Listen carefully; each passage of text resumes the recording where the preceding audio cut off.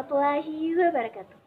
Halo teman-teman, perkenalkan nama saya Ada Triana, nomor presentasi 1 dari kelas 12.5. Di sini saya akan menjelaskan tentang keutamaan iman. Teman-teman, bayangkan jika hidup ini seperti sebuah bangunan yang mewah, megah, dan kokoh, namun tanpa fondasi. Sekuat apapun tembok yang kita bangun, pasti akan runtuh karena tanpa fondasi. Begitu juga dengan kehidupan kita. Fondasi itu adalah iman. Ia menjadi dasar dari semua amal dan perbuatan yang kita lakukan. Iman bukan sekedar keyakinan yang tersimpan dalam hati. Ia tumbuh ketika kepercayaan itu terucap dengan lisan dan tampak dalam perbuatan kita sehari-hari. Dari sinilah iman sangat diperlukan untuk mengontrol cara kita berbicara, bersikap, dan bertindak. Kedudukan iman menjadikan hidup kita tidak sekedar berjalan tanpa arah.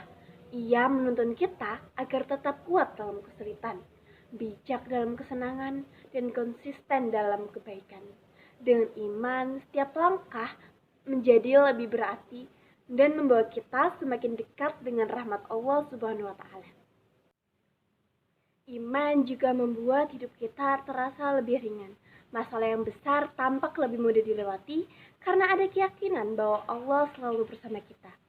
Saat senang, iman mengingatkan kita agar tidak lupa bersyukur. Saat sedih, iman mengajarkan sabar dan berharap hanya kepada Allah. Inilah yang menjadikan iman sebagai penopang utama agar hidup tetap kokoh apapun situasinya. Iman juga memberi kita arah dan tujuan dalam hidup. Dengan iman kita tahu mana yang benar dan mana yang salah, mana yang harus dilakukan dan mana yang harus ditinggalkan. Iman juga membantu kita agar tetap berada di jalan yang baik, meskipun lingkungan atau keadaan seringkali menggoda dan menyimpang. Maka dari itu, menjaga dan memperkuat iman adalah hal yang penting agar hidup kita tidak mudah goyah dan selalu berada dalam lindungan Allah. Sekian dari saya. Kurang lebihnya saya mohon maaf. Wassalamualaikum warahmatullahi wabarakatuh. Saatnya sudah Aisyah tadi. Terima kasih dan jumpa lagi.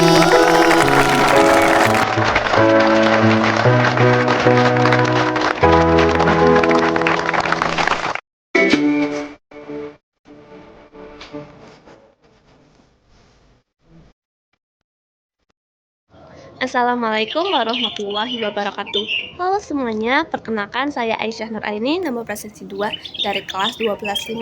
Nah, pada video kali ini saya ingin menerangkan tentang materi pengertian ihsan.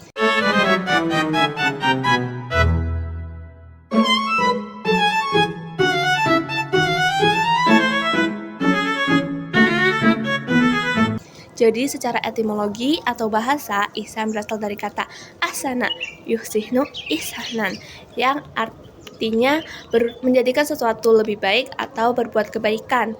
Ihsan merupakan isim masdar yang maknanya mencakup segala jenis kebaikan, baik kepada Allah maupun kepada sesama manusia.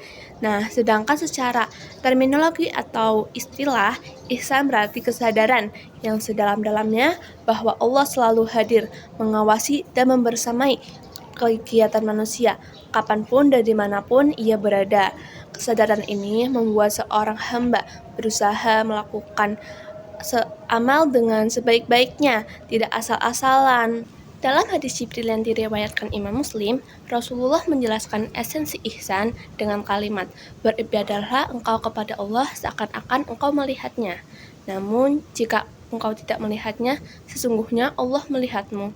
Inilah esensi ihsan, hadirnya rasa muraqabah atau pengawasan Allah di setiap sisi kehidupan kita. Dengan memegang teguh nilai ihsan, seorang muslim pasti akan memiliki hati yang mulia, ikhlas dalam beribadah, selalu berbuat kebaikan.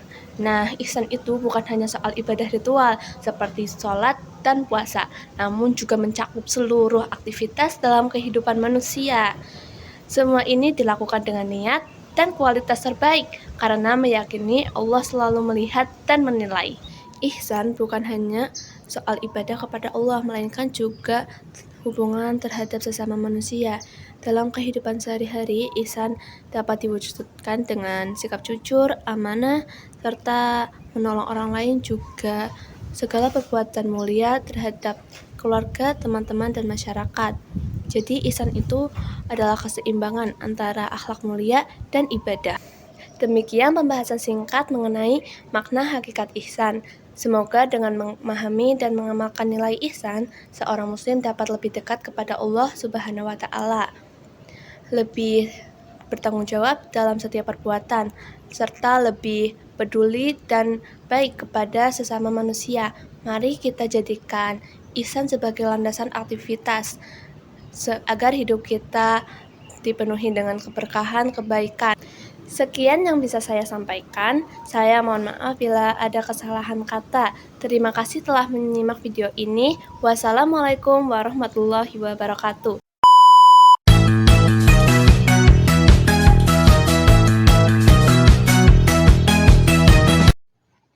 Assalamualaikum warahmatullahi wabarakatuh. Halo teman-teman semuanya, perkenalkan nama saya Aulia Fazah Herani dari kelas 125 presensi 5. Di sini saya akan memaparkan materi yang bertemakan tentang hakikat ihsan, yaitu makna dan ciri-ciri perbuatan ihsan. Baik, yang pertama ada ciri-ciri dari perbuatan ihsan. Nah, yang pertama itu ada ikhlas. Dia itu ikhlas melakukan suatu perbuatan apapun karena Allah, teman-teman. Nah, yang kedua itu ada setiap dia itu beribadah, itu dia beribadah secara khusyuk. Seakan-akan itu Allah itu selalu melihat kita dari atas sana, mungkin gitu ya. Jadi Allah itu selalu melihat kita dimanapun kita berada gitu. Nah, yang selanjutnya itu dia itu berbuat baik kepada sesama manusia, kepada semua orang. Tapi itu dia berbuat baik itu tanpa meminta imbalan apapun. Jadi dia berbuat baik tanpa pamrih. Nah, yang selanjutnya itu ada sabar. Dia itu selalu sabar setiap kali menerima ujian-ujian dari Allah Subhanahu wa Ta'ala gitu. Nah, yang terakhir itu ada dia itu selalu menjaga diri juga. Dia selalu menjaga diri dari perbuatan-perbuatan yang tidak baik, dari perbuatan yang dilarang oleh Allah Subhanahu wa Ta'ala. Nah, selanjutnya itu ada muhsin. Nah, muhsin ini itu teman-teman sebutan dari orang-orang yang berbuat ihsan. Jadi orang yang berbuat ihsan itu disebut muhsin. Nah, mereka juga udah didasari dengan akidah dan syariat Islam pastinya. Selanjutnya itu saya akan menjelaskan hubungan antara akidah, akhlak, dan ihsan. Apa itu? Oke. Nah, yang pertama itu ada akidah ya. Nah, akidah itu kayak merupakan keyakinan gitu loh teman-teman. Kayak kita itu percaya dengan adanya Allah Subhanahu wa Ta'ala, kita percaya pada Nabi, percaya pada Rasul, kita, hari akhir, dan takdir kita teman-teman. Yang kedua itu ada akhlak. Akhlak itu merupakan suatu sikap atau perbuatan yang kita lakukan dalam kehidupan sehari-hari gitu. Nah, yang terakhir itu ada ihsan nih. Hubungannya apa? Ihsan itu merupakan penyempurna antara iman dan akhlak, teman-teman. Ibaratnya itu kayak kedudukan atau kasta tertinggi dalam beragama, teman-teman. Jadi penyempurna antara iman dan akhlak itu sendiri.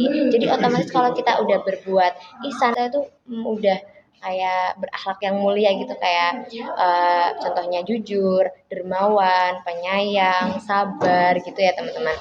Jadi akidah itu melahirkan akhlak, dan akhlak itu jika diperbuatkan dengan kebaikan, dengan penuh kesadaran atas perintah Allah Subhanahu wa Ta'ala, itu melahirkan ihsan, teman-teman. Oke, sekian penjelasan dari saya, dan terima kasih yang sudah nonton.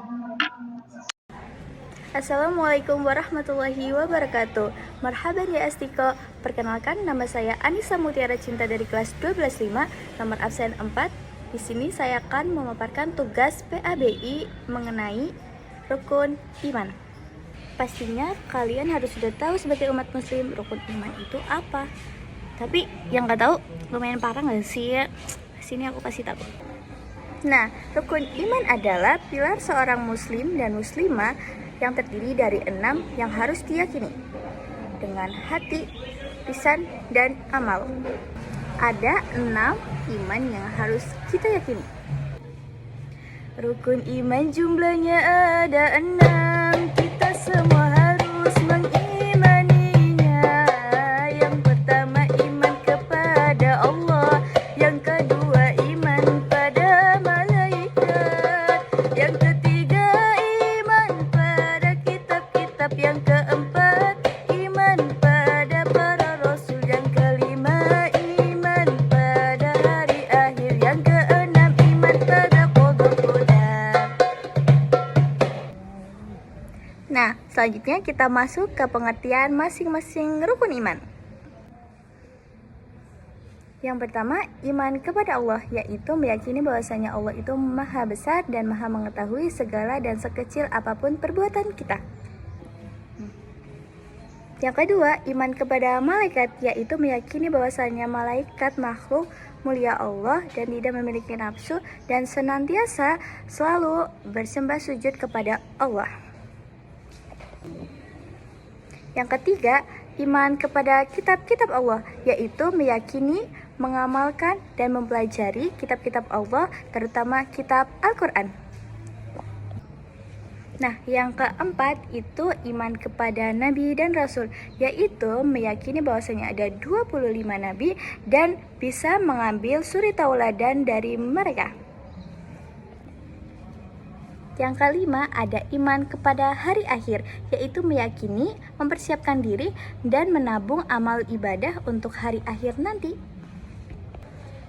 Nah, yang terakhir atau yang keenam itu iman kepada qada dan qadar, yaitu meyakini adanya ketetapan dan takdir Allah, senantiasa memiliki rasa bersyukur atas takdir yang diberikan oleh Allah. Nah, udah tahu kan tadi apa aja penjelasannya? Sekian, terima kasih. Wassalamualaikum warahmatullahi wabarakatuh.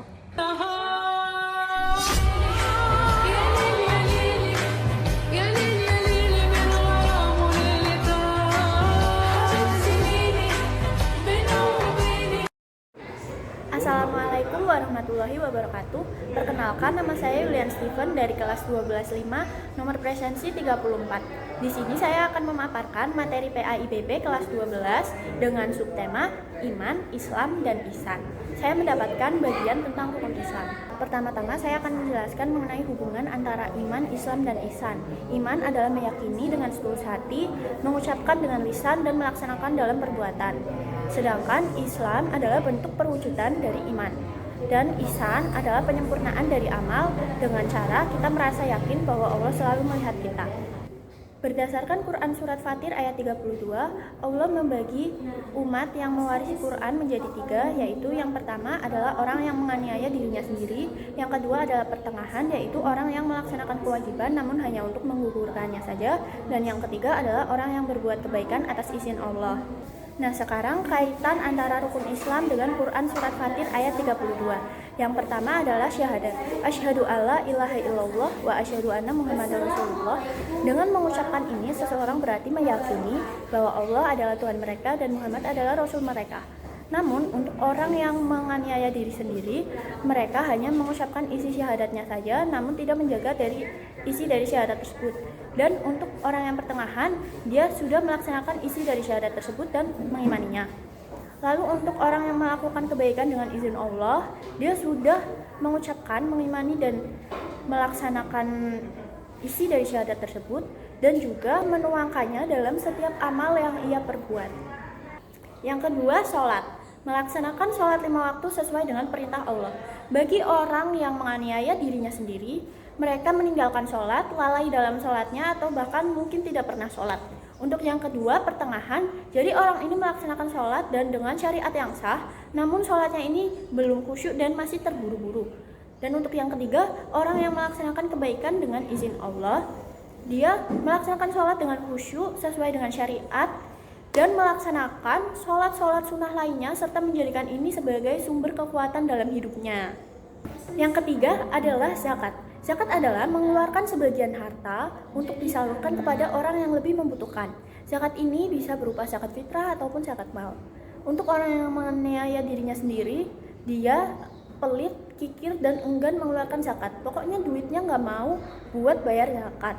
Nah, untuk orang yang pertengahan, dia sudah menunaikan zakat ini, namun hanya untuk menggugurkan kewajibannya saja. Dan untuk yang ketiga, orang yang berbuat kebaikan dengan izin Allah, dia sudah menunaikan zakat dengan senang hati, lapang dada, dan sukarela, dan bahkan dia juga mengeluarkan uang untuk sedekah-sedekah sunnah lainnya serta membantu fakir miskin. Yang kelima, menunaikan ibadah haji bagi yang mampu. Menunaikan ibadah haji ke Baitullah di Mekah dan melaksanakan rukun haji dengan sungguh-sungguh. Untuk yang pertama, orang yang menganiaya dirinya sendiri, dia enggan melaksanakan haji padahal ia mampu secara fisik maupun finansial, ataupun dia melaksanakan haji tapi tidak menjaga adabnya ketika di sana. Nah, yang kedua adalah pertengahan. Orang yang pertengahan ini melaksanakan haji 1 kali seumur hidup. Nah, yang ketiga adalah orang yang melakukan kebaikan dengan izin Allah. Untuk orang yang melakukan kebaikan dengan izin Allah, dia melaksanakan haji dengan sungguh-sungguh, penghayatan, dan bahkan mungkin menambah ibadah umroh. Demikian yang dapat saya sampaikan di video kali ini mengenai hubungan antara iman, Islam, dan ihsan. Semoga dapat bermanfaat untuk kita semua, dan mohon maaf apabila ada kesalahan selama pengerjaan video ini. Terima kasih. Wassalamualaikum warahmatullahi wabarakatuh. Assalamualaikum teman-teman, halo. Kalian tahu nggak sih kalau ada istilah tak kenal maka tak sayang? Apakah dari kalian ada yang tahu saya, nama saya, nomor presensi, kelas saya? Gak ada kali ya. Saya perkenalan dulu. Halo teman-teman, nama saya Saskia Hairunisa dari kelas 12.5, nomor presensi 35. Nah, saya di sini akan menjelaskan tentang rukun Islam yang ketiga, yaitu zakat. Zakat adalah kewajiban umat Islam untuk mengeluarkan harta yang dimilikinya yang sudah memenuhi syarat atau bisa disebut nisab dan haul. Nah, zakat ini akan disalurkan kepada orang yang membutuhkan atau yang berhak mendapatkan zakat. Nah, orang yang mendapatkan zakat akan disebut mustahik. Zakat ini bertujuan untuk mensucikan jiwa kita dan mensucikan harta kita. Secara etimologi, zakat ini berasal dari kata Arab yaitu zakat. Nah, zakat ini memiliki 3 makna, yaitu an-nama, at-thaharah, dan al-barokah. Yang pertama ada an-nama, yaitu tumbuh dan berkembang. Yang kedua ada at-thaharah, yaitu suci dan bersih. Yang ketiga ada al-barokah, yaitu keberkahan. Zakat dibedakan menjadi 2 teman-teman, yaitu zakat fitrah dan zakat mal. Zakat fitrah ini zakat jiwa yang wajib dikeluarkan setiap umat muslim pada saat malam Ramadan atau sebelum sholat Idul Fitri. Besarnya yaitu 1 sok atau sekitar kurang lebih 2,5 kg beras atau makanan pokok. Nah, tujuan zakat fitrah ini yaitu menyucikan jiwa orang yang berpuasa dan membantu fakir miskin. Yang kedua ada zakat mal. Zakat mal ini atau bisa disebut zakat harta akan dikeluarkan ketika harta kita mencapai batasannya, atau bisa disebut nisab dan haul teman-teman, seperti yang saya katakan tadi di awal. Nah, zakat mal ini bisa berupa emas, perak, uang, dan hewan ternak. Penerima zakat dibedakan menjadi 8 golongan teman-teman. Apakah kalian tahu apa aja? Gak tahu ya? Jadi saya akan menyebutkan ya. Itu ada fakir, miskin, amil, gorim, rikob, fisabilillah, mualaf, dan yang terakhir ada ibnu sabil. Nah, ada juga pengertian zakat pada istilah syara. Dibedakan menjadi 2, yaitu pada Imam Nawawi dan Imam Asy-Syafi'i. Nah, yang pertama ada Imam Nawawi menjelaskan zakat adalah nama bagio, sejumlah harta yang akan dibagikan kepada orang-orang tertentu dengan syarat-syarat tertentu. Yang kedua ada Imam Asy-Syafi'i menjelaskan zakat adalah kewajiban yang Allah tetapkan dalam jumlah tertentu kepada orang-orang tertentu. Dan yang terakhir ada tujuan dan hikmah zakat, yaitu tujuannya adalah menyucikan jiwa kita dan harta kita dari sifat kikir. Yang kedua membantu fakir miskin, dan yang terakhir ada keadilan sosial. Demikian yang bisa saya sampaikan. Terima kasih sudah mendengarkan penjelasan saya dari awal sampai akhir. Ya, wassalamualaikum warahmatullahi wabarakatuh. Bye bye guys.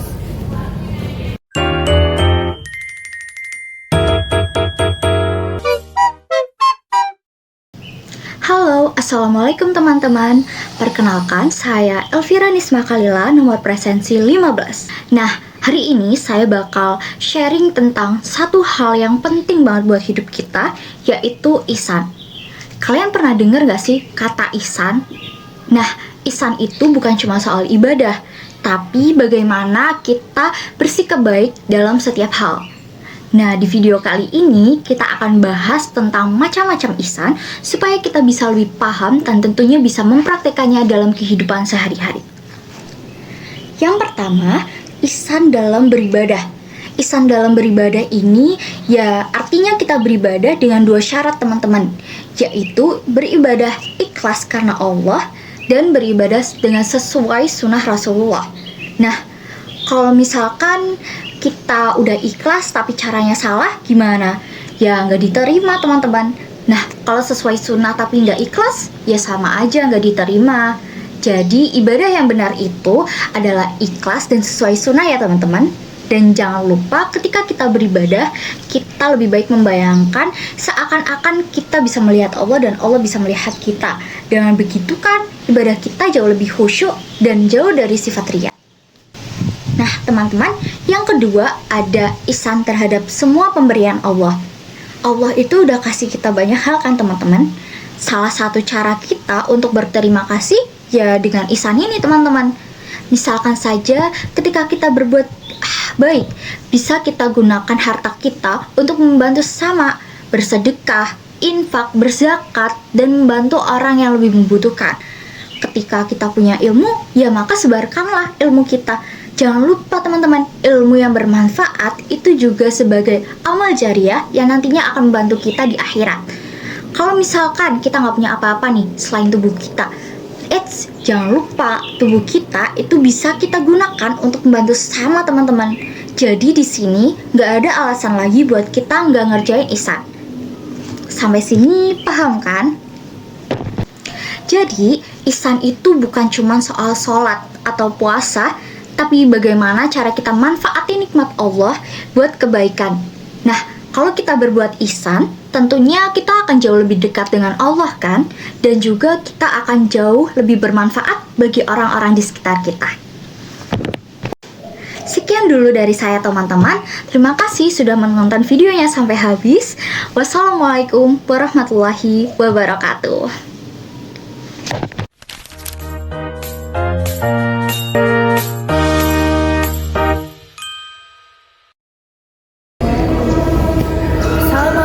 Warahmatullahi wabarakatuh.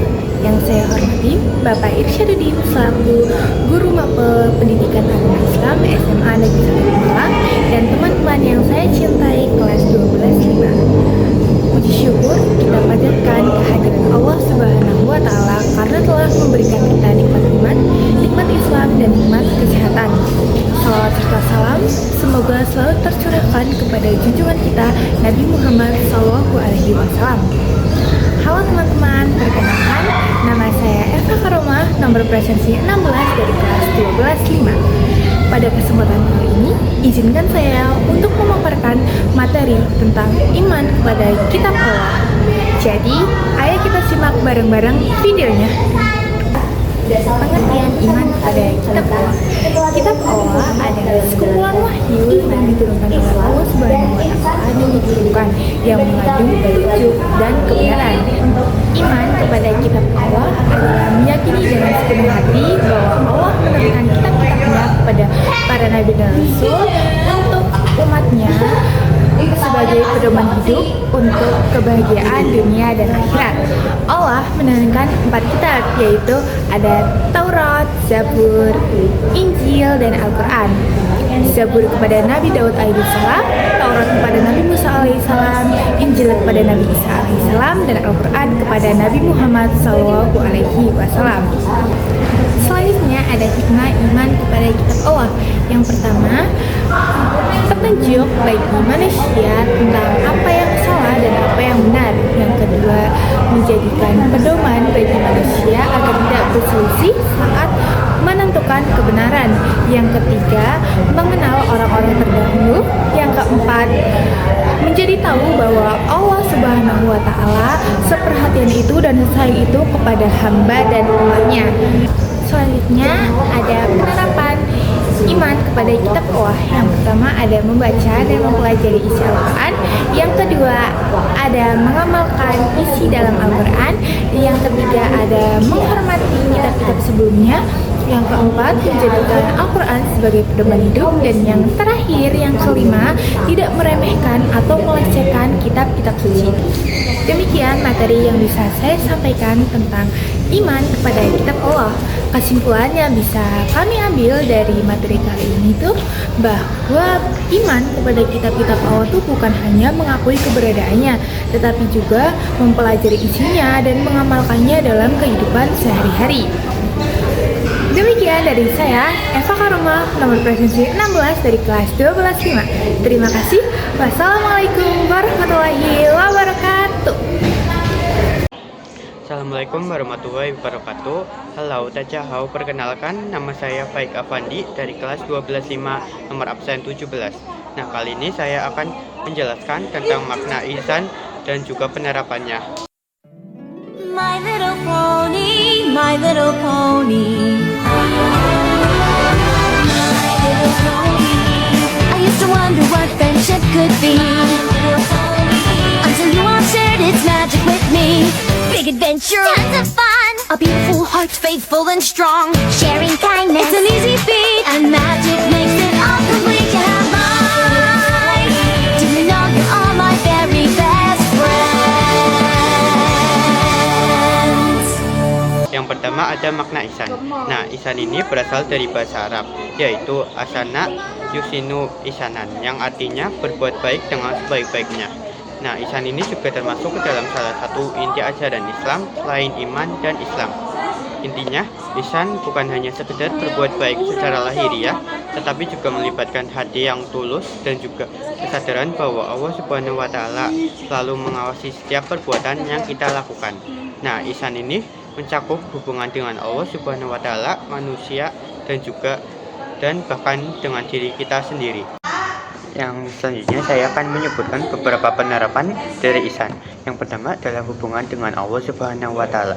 Contohnya itu seperti menjalankan ibadah sholat 5 waktu, puasa, zakat dengan kesungguhan atau niat, melakukan sholat dengan khusyuk, berdoa dengan sungguh-sungguh, dan beribadah bukan karena paksaan tetapi dengan kesadaran.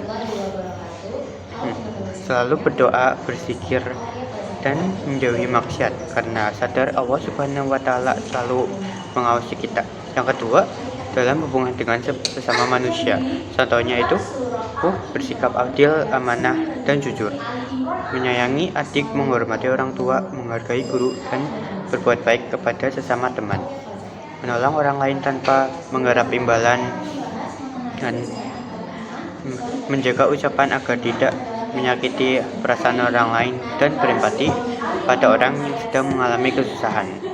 Nah, yang ketiga, dalam kehidupan sosial.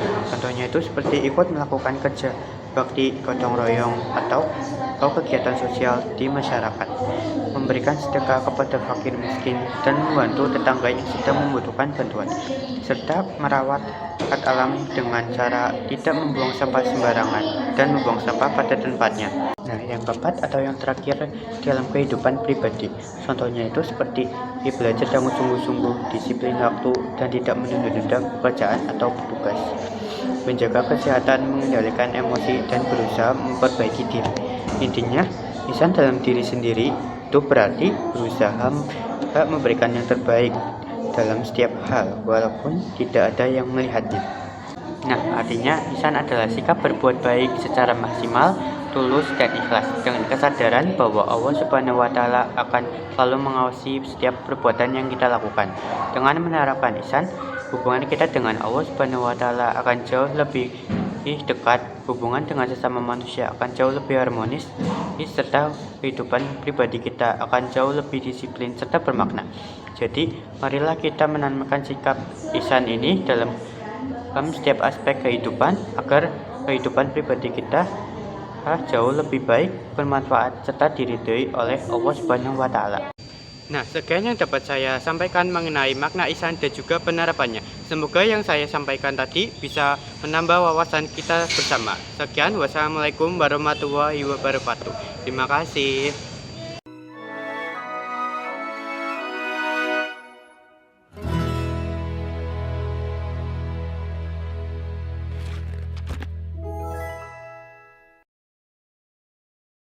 Assalamualaikum warahmatullahi wabarakatuh. Halo teman-teman, saya Saskia Syifa Karisa, nomor presensi 36 dari kelas 125. Di video kali ini, saya akan menjelaskan tentang salah satu rukun iman, yaitu iman kepada hari akhir. Iman kepada hari akhir adalah meyakini dengan sepenuh hati bahwa akan datang saat di mana kehidupan dunia ini berakhir dan dimulailah kehidupan akhirat. Di hari itu, semua manusia sejak Nabi Adam sampai manusia terakhir akan dibangkitkan dari kuburnya, dikumpulkan di padang mahsyar, lalu dihisap amal perbuatannya. Tidak ada satupun amal yang luput dari catatan Allah Subhanahu wa Ta'ala, baik itu besar maupun kecil, baik yang terlihat maupun tersembunyi. Keyakinan ini juga mencakup semua peristiwa setelah kematian, seperti fitnah dan azab kubur, kebangkitan, perhitungan amal atau hisab, penimbangan amal di mizan, melewati jembatan Syirot, adanya telaga Haud, syafaat dari para nabi, serta penentuan akhir yaitu surga atau neraka. Semua itu adalah bagian dari iman yang wajib kita yakini. Mengapa iman kepada hari akhir itu penting? Karena keyakinan ini mempengaruhi cara kita hidup setiap hari. Seorang muslim yang benar-benar yakin akan hari akhir pasti akan menjauhi segala maksiat dan dosa. Karena ia tahu sekecil apapun keburukannya pasti akan dibalas oleh Allah. Justru ia akan selalu rajin beramal saleh seperti sholat, sedekah, dan membantu orang lain karena ia tahu bahwa surga itu nyata dan kekal. Selain itu, orang yang beriman kepada hari akhir pasti akan menjaga kejujuran, amanah, dan rendah hati. Ia sadar bahwa harta, jabatan, dan pujian dunia tidak akan berguna di akhirat. Iman ini juga membuat kita sabar dalam menghadapi masalah, tidak putus asa, dan tidak berbuat zalim, karena yakin keadilan Allah pasti akan ditegakkan kelak. Ada beberapa contoh penerapan iman kepada hari akhir yang bisa kita lakukan dalam kehidupan sehari-hari. Yang pertama, menjauhi dosa sekecil apapun dosanya, baik di dunia nyata maupun di media sosial. Yang kedua, rajin beramal saleh, seperti membantu teman, menjaga kebersihan, atau sekedar memberi senyuman. Yang ketiga, jujur saat mengerjakan ujian atau tugas, meskipun tidak ada guru yang mengawasi. Yang keempat, sabar ketika menghadapi ujian atau musibah. Yang kelima, selalu introspeksi diri dan bertaubat, karena kematian bisa datang kapan saja tanpa menunggu kita siap.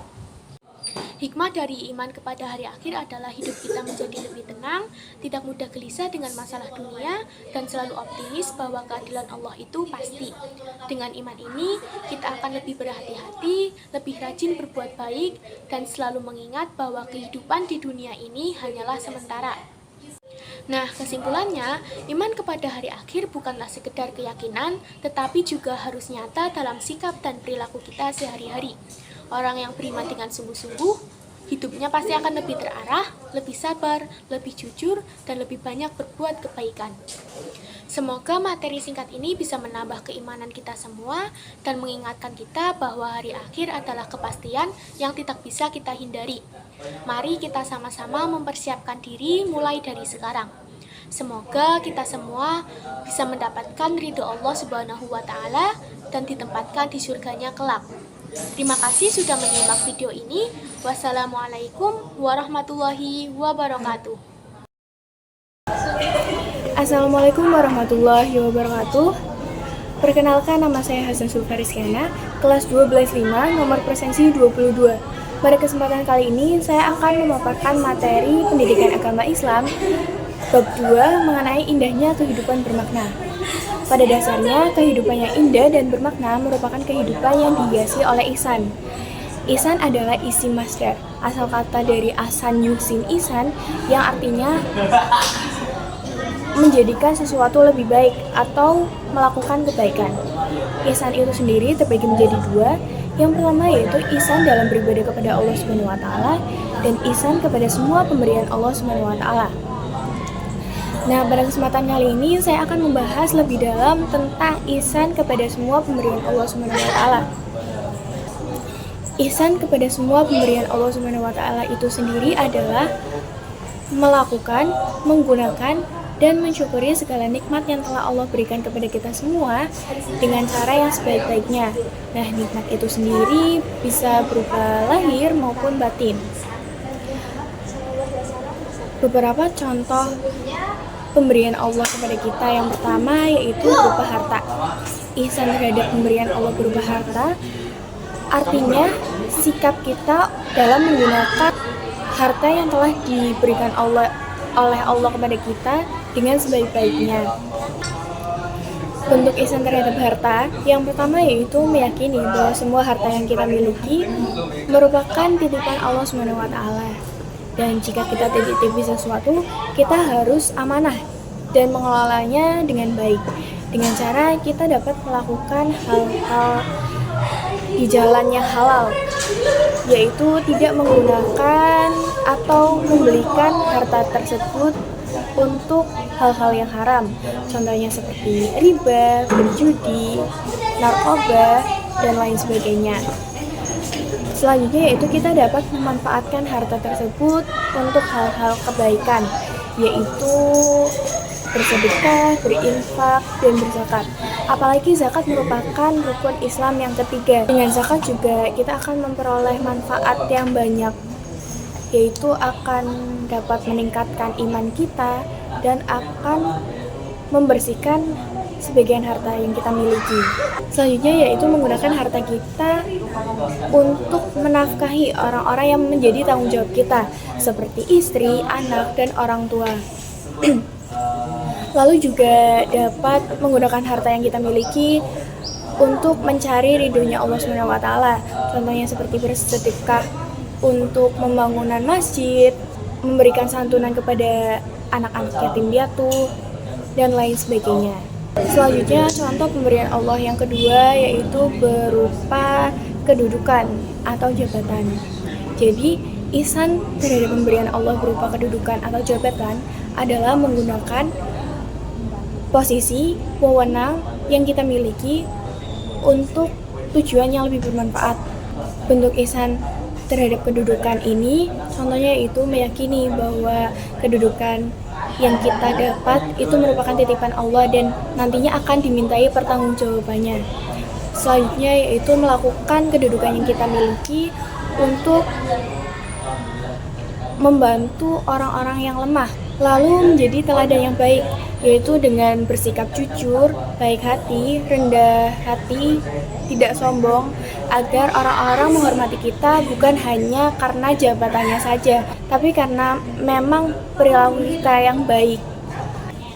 Nah, beberapa pemberian Allah yang lainnya yaitu dapat berupa usia, waktu, keluarga, dan yang lain sebagainya juga harus selalu kita jaga dan kita syukuri. Mungkin segitu aja presentasi yang dapat saya sampaikan. Semoga ilmu yang saya sampaikan dapat bermanfaat untuk teman-teman semuanya. Kurang lebihnya mohon maaf apabila ada salah kata maupun perbuatan. Wassalamualaikum warahmatullahi wabarakatuh.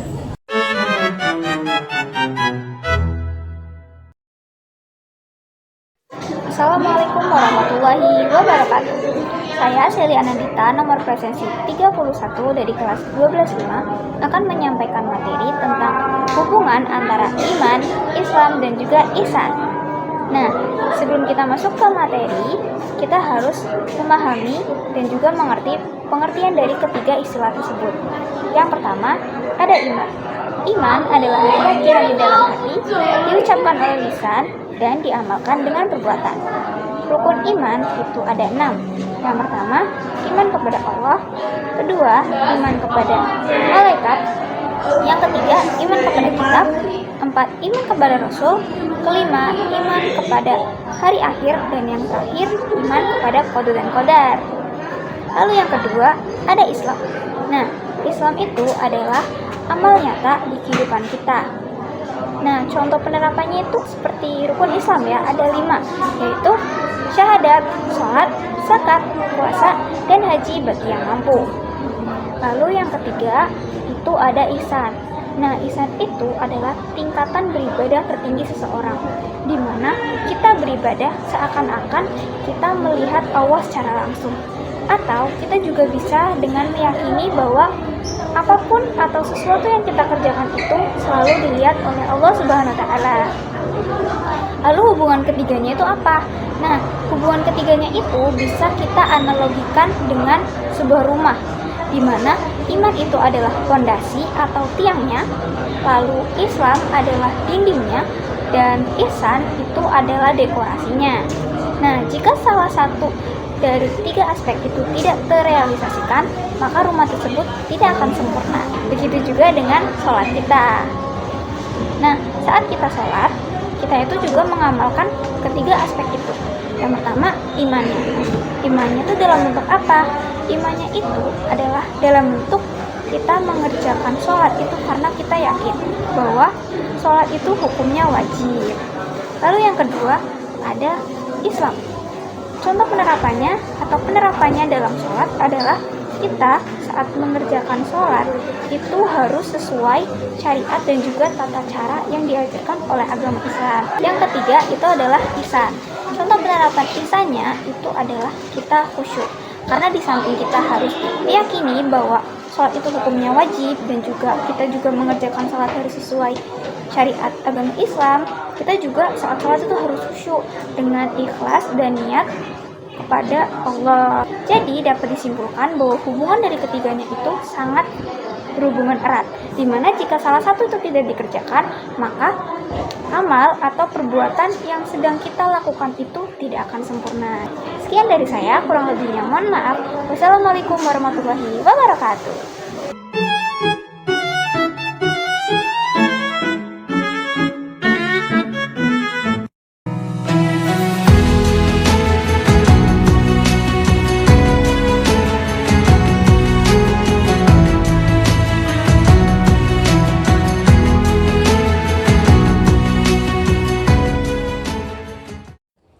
Assalamualaikum warahmatullahi wabarakatuh.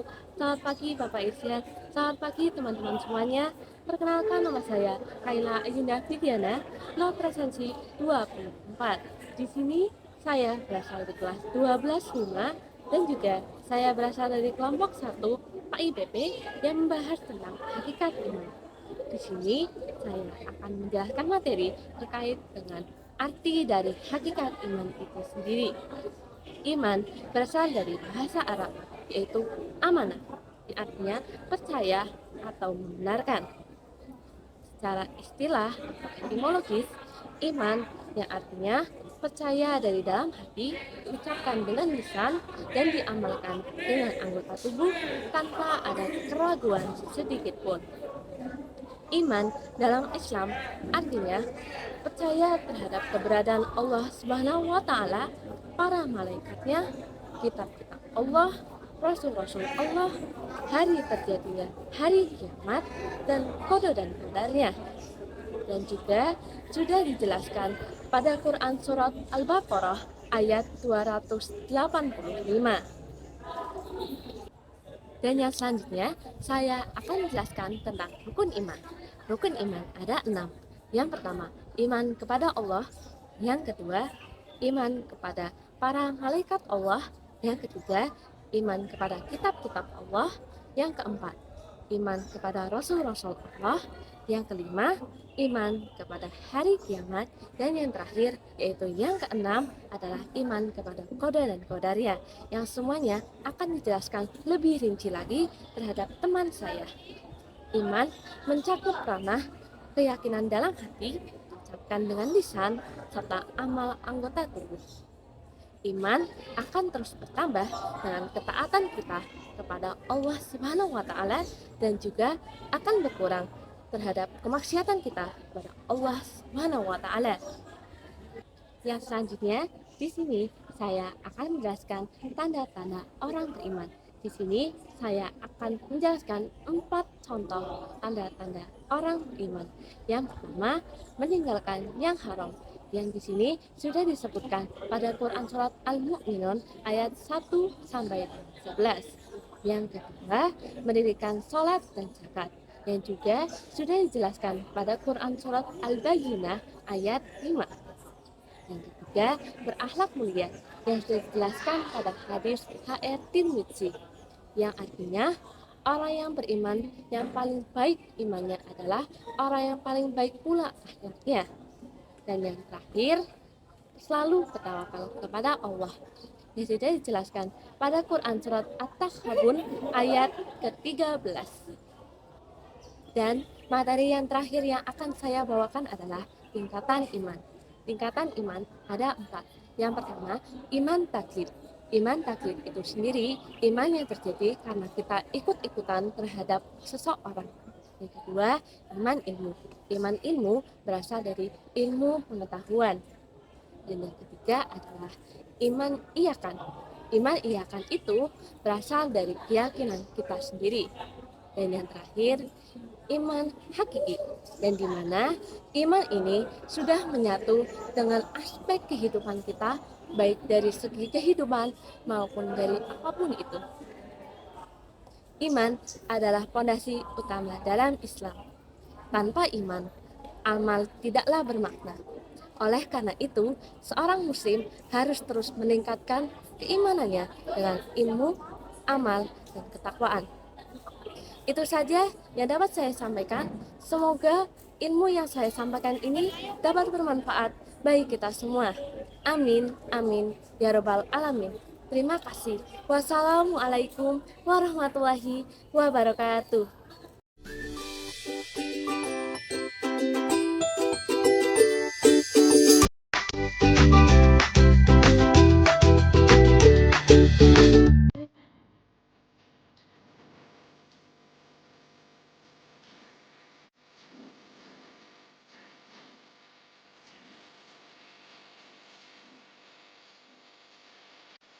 Assalamualaikum warahmatullahi wabarakatuh. Perkenalkan, nama saya Hamidah Medunahilah, presensi 21 dari kelas 12.5. Pada kesempatan kali ini, saya akan memaparkan terkait tentang iman-iman kepada malaikat. Iman artinya keyakinan dalam hati, diucapkan dengan lisan, dan diamalkan oleh seluruh anggota tubuh tanpa ada keraguan sedikit. Sedangkan malaikat adalah makhluk Allah Subhanahu wa Ta'ala yang tercipta dari cahaya, yang senantiasa menjalankan tugas-tugasnya dan beribadah kepada Allah Subhanahu wa Ta'ala. Malaikat tidak memiliki rasa lelah ataupun letih dalam menjalankan tugasnya. Mengimani malaikat artinya mengimani penjelasan Allah Subhanahu wa Ta'ala, dan itu mencakup 4 hal. Yang pertama, mengimani keberadaan wujud malaikat. Yang kedua, mengimani nama-nama yang telah disebutkan di dalam Al-Quran maupun As-Sunnah. Yang itu wajib kita imani secara global. Dan yang tidak disebutkan wajib kita imani juga, karena itu menandakan bahwa banyaknya malaikat. Yang ketiga, mengimani sifat-sifat malaikat. Dan yang keempat, mengimani tugas-tugas malaikat yang telah diberikan Allah Subhanahu wa Ta'ala sesuai dengan tugasnya. Dari banyaknya jumlah malaikat yang ada, yang wajib kita ketahui ialah 10 malaikat. Yang pertama, malaikat Jibril yang bertugas menyampaikan wahyu kepada Rasul-Rasul Allah Subhanahu wa Ta'ala. Yang kedua, malaikat Mikail yang bertugas memberikan rezeki kepada manusia maupun makhluk hidup yang ada di dunia. Yang ketiga, malaikat Israfil yang bertugas meniupkan trompet sangkakala pada hari kiamat nanti. Yang keempat, malaikat Israel yang bertugas mencabut nyawa. Yang kelima, malaikat Munkar yang bertugas menanyai manusia di alam kubur, terkhususnya perbuatan buruk yang telah dilakukan. Yang keenam, malaikat Nakir yang bertugas menanyai manusia di alam kubur, khususnya terhadap apa yang telah dilakukan, contohnya perbuatan-perbuatan baik. Yang ketujuh, malaikat Rohib yang bertugas mencatat amal buruk yang dilakukan manusia. Yang kedelapan, malaikat Atid yang bertugas mencatat amal baik manusia. Yang kesembilan, malaikat Malik yang bertugas menjaga pintu neraka. Dan yang terakhir, malaikat Ridwan yang bertugas menjaga pintu surga. Dan hikmah dari iman-iman kepada malaikat yaitu membuat kita selalu berbuat hati-hati dalam melakukan sesuatu, baik itu buruk maupun baik. Karena setiap apa yang kita lakukan di dunia akan selalu dicatat oleh malaikat. Kemudian membuat kita selalu mendekatkan diri kepada Allah Subhanahu wa Ta'ala, menjadikan kita pribadi yang lebih disiplin, rajin beribadah, dan selalu ikhlas terhadap apa yang telah diberikan Allah Subhanahu wa Ta'ala. Semoga Allah Subhanahu wa Ta'ala selalu meneguhkan iman kita dan menjadikan hati kita tunduk dalam ketaatannya. Terima kasih. Wassalamualaikum warahmatullahi wabarakatuh.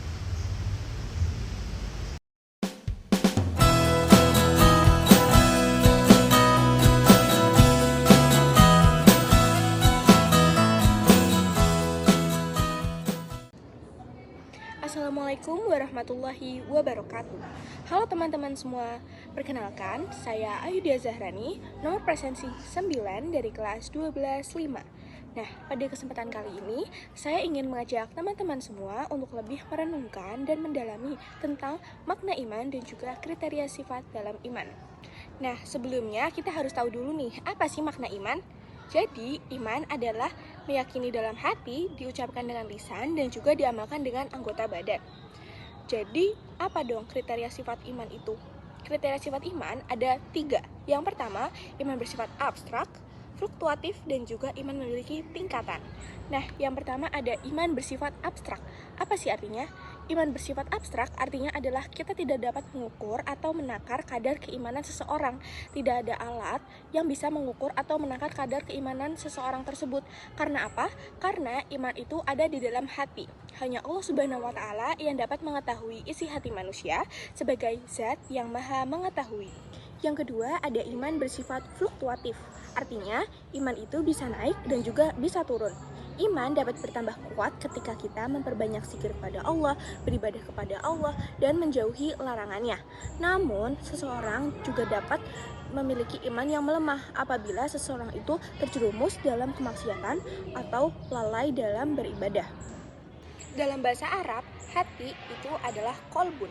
Dan dalam akar katanya, kolbun itu berasal dari kata kolaba yang artinya adalah berbolak-balik. Begitu pula dengan hati kita kadang merasa sedih, marah, kecewa, ataupun bahagia.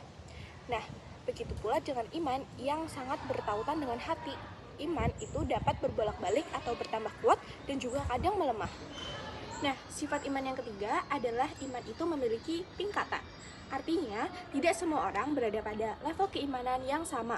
Ada orang yang keimanannya itu sangat kuat, kokoh, dan tidak mudah goyah. Ada pula yang keimanannya sedang-sedang saja. Namun, ada pula orang yang keimanannya lemah, mudah goyah ketika menghadapi cobaan dan juga ujian kehidupan. Nah, level keimanan ini berdasarkan usaha kita terhadap memperkuat kedekatan kita terhadap Allah, memperbanyak amal soleh, dan juga menjaga hati agar tidak mudah terjerumus ke dalam hal-hal yang negatif. Teman-teman, dapat kita simpulkan bahwa iman adalah sesuatu yang sangat berharga. Oleh karena itu, kita sebagai hamba Allah Subhanahu wa Ta'ala harus selalu bisa menjaganya, merawatnya, dan juga memperkuatkannya. Semoga Allah Subhanahu wa Ta'ala selalu menjadikan kita hamba yang istiqomah dan berada di jalan yang benar. Amin ya robbal alamin. Teman-teman, sekiranya segitu saja materi yang dapat saya sampaikan. Mohon maaf apabila dalam penyampaian materi terdapat tutur kata yang kurang berkenan. Wabillahi taufiq wal hidayah. Wassalamualaikum warahmatullahi wabarakatuh.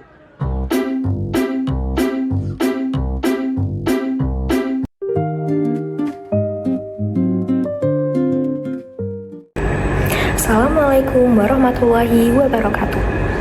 Halo teman-teman semua, sebelumnya perkenalkan, nama saya Nilisha Hemul Khair Maharani. Saya dari kelas 12-5 nomor presensi 30. Pada kesempatan kali ini, saya akan menjelaskan mengenai tingkatan-tingkatan ihsan. Tingkatan-tingkatan ihsan ada apa aja sih teman-teman? Sebelum memulai lebih lanjut ke tingkatan-tingkatan ihsan, sekiranya ihsan sendiri itu apa sih teman-teman? Jadi ihsan sendiri ini merupakan berbuat kebaikan ataupun menjadikan sesuatu menjadi lebih baik. Nah, tingkatan-tingkatan ihsan ini dibagi menjadi dua. Yang pertama yaitu muraqabah dan yang kedua yaitu musyahadah. Di mana tingkatan yang akan saya jelaskan untuk pertama yaitu adalah muraqabah.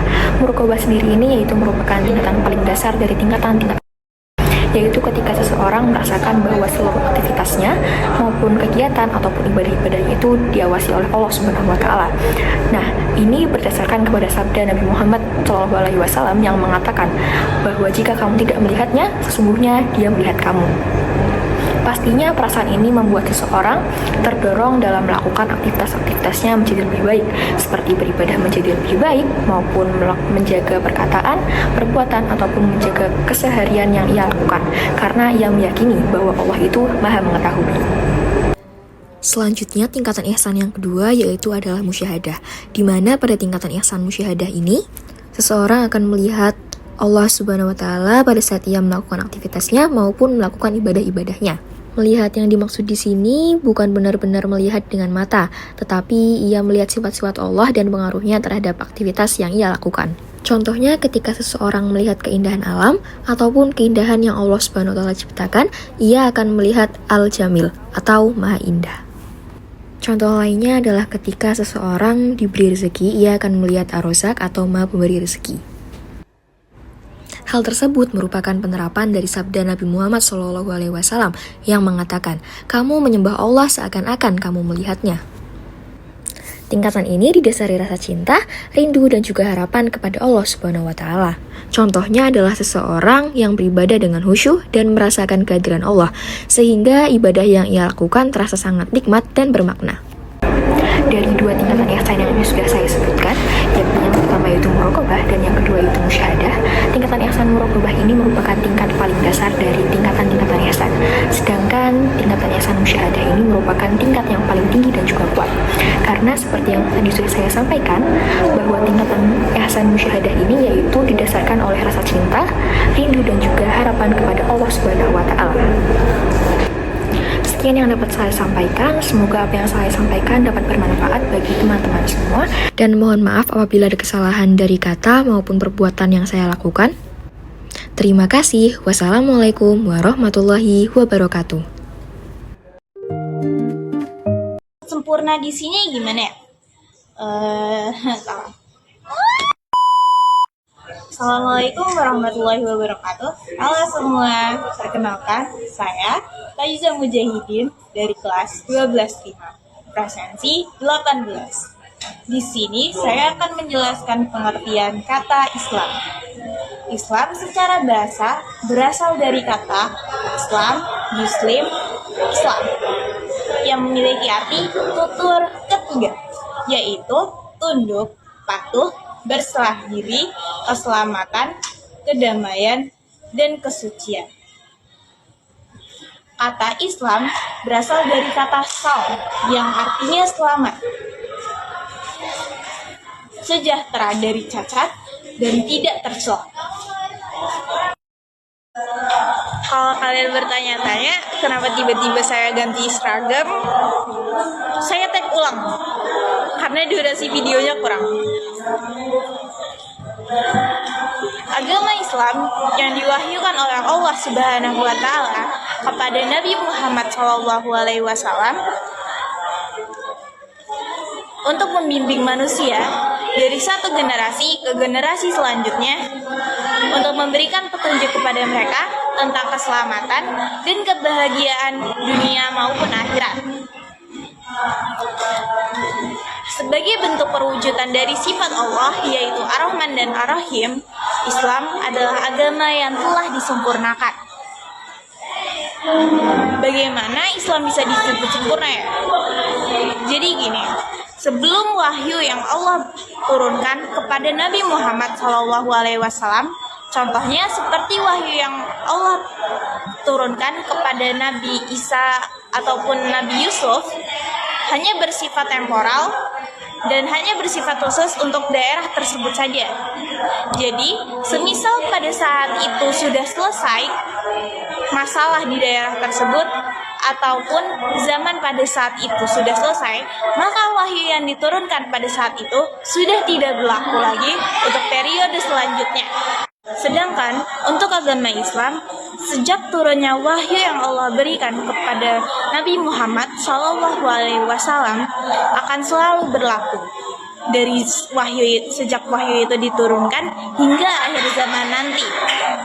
Dan wahyu tersebut berlaku untuk seluruh umat manusia di seluruh alam semesta ini. Cukup sekian dari saya. Mohon maaf sebesar-besarnya jika saya memiliki kesalahan dalam memilih tutur kata. Semoga kalian dapat memaafkan saya. Wabillahi taufiq wal hidayah. Wassalamualaikum warahmatullahi wabarakatuh. Dadah. Assalamualaikum warahmatullahi wabarakatuh. Perkenalkan, nama saya Aulia Gita Pardianawati, nomor presensi 7 dari kelas 12.5 akan memaparkan topik yang sangat penting nih, yang berkaitan dengan beriman kepada Allah Subhanahu wa Ta'ala, yang mencakup pengertian, penerapan, manfaat, dampak, dan kesimpulan. Beriman kepada Allah Subhanahu wa Ta'ala adalah percaya sepenuhnya bahwa Allah itu benar-benar ada, hanya satu dan tidak ada Tuhan selain Allah Subhanahu wa Ta'ala. Allah Subhanahu wa Ta'ala yang menciptakan seluruh alam semesta, pengatur kehidupan dan berkuasa atas segalanya. Kita percaya bahwa Allah itu mempunyai sifat-sifat yang sempurna seperti Maha Pengasih, Maha Kuasa, dan Maha Adil. Percaya kepada Allah itu berarti kita meyakini dalam hati, diucapkan dengan lisan, dan dibuktikan dengan amal perbuatan dalam kehidupan sehari-hari. Penerapan yang dapat kita ambil dari beriman kepada Allah Subhanahu wa Ta'ala, yang pertama, sholat tepat waktu dengan bentuk ketaatan kepada Allah Subhanahu wa Ta'ala. Yang kedua, berdoa sebelum dan sesudah melakukan aktivitas seperti belajar, makan, ataupun berpergian. Yang ketiga, bersyukur atas nikmat yang sudah diberikan, seperti mendapatkan nilai yang bagus, mendapatkan rezeki. Yang keempat, menjaga lisan dan sikap dengan tidak berkata kasar, tidak berbohong, ataupun menyakiti hati orang lain. Jika seseorang tidak beriman kepada Allah Subhanahu wa Ta'ala, maka akan mudah tergoda untuk melakukan perbuatan yang menimbulkan dosa, tidak mempunyai tujuan hidup yang jelas, dan akan mendapatkan hukuman dari Allah Subhanahu wa Ta'ala di akhirat kelak. Adapun beberapa manfaat yang dapat kita ambil dari beriman kepada Allah Subhanahu wa Ta'ala, yang pertama, mendapatkan ketenangan hati dan menjauhkan dari rasa gelisah. Yang kedua, membimbing manusia untuk selalu hidup sesuai aturan Allah. Yang ketiga, menumbuhkan sikap sabar, ikhlas, dan syukur dalam setiap keadaan. Yang keempat, menjauhkan manusia untuk melakukan perbuatan yang tercela. Yang kelima, mendapatkan ridho, pahala, dan keselamatan dari Allah di dunia serta di akhirat. Yang keenam, mendapatkan kekuatan ketika kita mengalami ujian hidup. Dengan mengamalkan iman kepada Allah Subhanahu wa Ta'ala, kita akan selalu merasa dekat dengannya. Saat senang, kita tidak boleh sombong, karena kita tahu bahwa semuanya itu berasal dari Allah Subhanahu wa Ta'ala. Saat susah, kita tidak boleh putus asa, karena yakin Allah pasti akan membantu hamba-Nya. Iman yang kuat menjadi benteng agar kita tidak mudah tergoda untuk melakukan perbuatan yang menimbulkan dosa. Sebaliknya, kita juga akan terus termotivasi untuk melakukan perbuatan yang baik. Dengan begitu, iman kepada Allah menjadikan hidup kita lebih bermakna dan bernilai ibadah. Demikian yang dapat saya sampaikan, kurang lebihnya mohon maaf. Terima kasih. Wassalamualaikum warahmatullahi wabarakatuh. Assalamualaikum warahmatullahi wabarakatuh. Perkenalkan, saya Brandi Sakila Ainulea, presensi 20 dari kelas 12.5. Pada kesempatan kali ini, izinkan saya untuk memaparkan materi mengenai rukun Islam yang ke-5, yaitu menunaikan ibadah haji bagi umat muslim yang mampu. Ibadah haji merupakan bentuk ibadah secara fisik dan finansial yang diwajibkan sekali dalam seumur hidup bagi mereka yang telah memenuhi syarat, yaitu mampu secara fisik, memiliki bekal dan biaya yang cukup, serta perjalanan yang aman. Haji dilaksanakan di bulan Zulhijjah di kota suci Mekah, Arab Saudi, yang terdiri dari beberapa rangkaian seperti wukuf di Arafah, mabit di Musdalifah, melempar jumrah di Mina, tawaf, sya'i, dan tahallul. Tujuan dari ibadah haji ini adalah untuk mendekatkan diri kepada Allah Subhanahu wa Ta'ala serta membersihkan diri dari dosa. Selain itu juga, haji memiliki makna yang dalam, yaitu dalam pelaksanaannya, jamaah haji mengenakan pakaian ihram yang sama dan sederhana, tanpa memandang mana yang kaya, mana yang miskin, mana pejabat, mana pula rakyat biasa. Hal tersebut melambangkan kesetaraan di mata Allah Subhanahu wa Ta'ala dan menegaskan bahwasannya kemuliaan seorang hamba diukur berdasarkan ketakwaan, bukan dari jabatan maupun harta. Nah, haji juga menjadi simbol persatuan umat Islam. Jutaan orang muslim dari berbagai negara, bahasa, dan budaya berkumpul menjadi satu di satu tempat yang sama dengan tujuan untuk beribadah kepada Allah Subhanahu wa Ta'ala. Inilah bukti bahwasannya Islam adalah agama yang mengajarkan mengenai ukhuwah, kebersamaan, serta kedamaian. Dengan demikian, haji bukan hanya sekadar tentang perjalanan spiritual, tetapi juga tentang perjalanan kehidupan. Karena di dunia ini, kita hanya hidup sementara. Dan kita pastinya berharap tujuan akhir kita adalah kembali kepada Allah Subhanahu wa Ta'ala dalam kondisi hati yang suci dan bersih. Cukup sekian pemaparan dari saya, kurang lebihnya mohon maaf. Terima kasih. Wassalamualaikum warahmatullahi wabarakatuh. Alhamdulillah ya Allah, selesai juga.